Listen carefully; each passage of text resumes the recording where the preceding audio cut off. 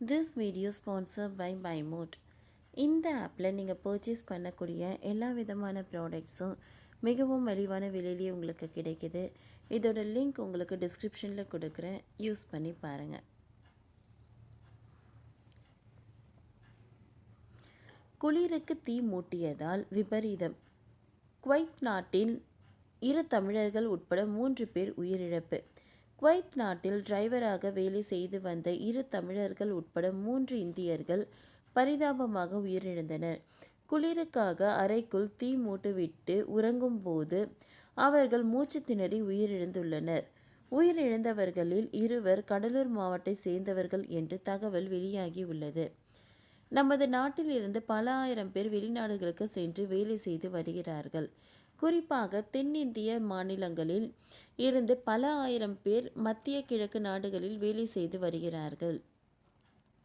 மத்திய கிழக்கு நாடுகளில் பொதுவாக இந்திய தொழிலாளர்களுக்கும் பாதுகாப்பான சூழலை நிலவும் என்ற போதிலும் சில நேரம் மோசமான சம்பவங்களும் நடந்துவிடுகிறது.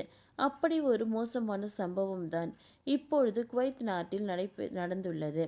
இதில் 2 தமிழர்கள் உட்பட 3 பேர் பரிதாபமாக உயிரிழந்தனர். கடலூர் மங்கலம்பேட்டை சேர்ந்தவர் 3 பேரும், கொல்கத்தாவை சேர்ந்த ஒருவரும் குவைத் நாட்டில் ஓட்டுநராக பணிபுரிந்து வந்துள்ளனர். உரிமையாளர்கள் அளித்த அறையிலேயே இவர்கள் தங்கி வந்துள்ளனர். குவைத்தில் இப்பொழுது மிக கடுமையான குளிர் நிலவும். சில நேரங்களில் 5-6 டிகிரி வரை கூட வெப்பம் குறையும். அப்படிதான் நேற்று முன்தினம் இரவு வெப்பம் 5 டிகிரி வரை குறைந்துள்ளது. இதனால் அவர்கள் அறைக்கு வெளியே தீ மூட்டி குளிர் காய்ந்துள்ளனர்.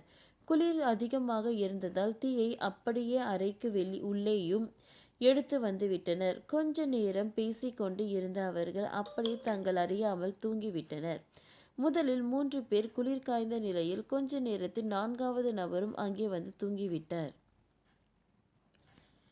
உள்ளேயே தீ எரிந்து கொண்டு இருந்ததால் அறைக்கு இருந்து ஆக்சிஜன் குறைய தொடங்கியுள்ளது. குளிர் காரணமாக கதவு, ஜன்னல் என அனைத்தும் மூடப்பட்டு இருந்ததால் வெளிக்காற்றும் உள்ளே வரவில்லை. இதனால் அறையில் உள்ள ஆக்சிஜன் அளவு குறைந்தது. மெல்ல மூச்சு திணறி 3 பேர் பரிதாபமாக உயிரிழந்தனர். ஒருவர் மட்டும் உயிருக்கு போராடி கொண்டிருந்த நிலையில் அவர் அருகே உள்ள மருத்துவமனைக்கு ஹெலிகாப்டரில் அழைத்து செல்லப்பட்டார். அங்கு அவருக்கு தீவிர சிகிச்சை அளிக்கப்பட்டு வருவதாக கூறப்படுகிறது.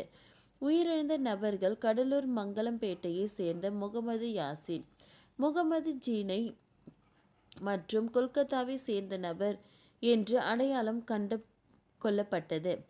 அதற்கு கடைசியாக வந்த 4வது நபர் மட்டும் உயிர் பிழைத்ததாகவும் அவரும் உயிருக்கு ஆபத்தான நிலையில் சிகிச்சை பெற்று வருவதாகவும் கூறப்படுகிறது.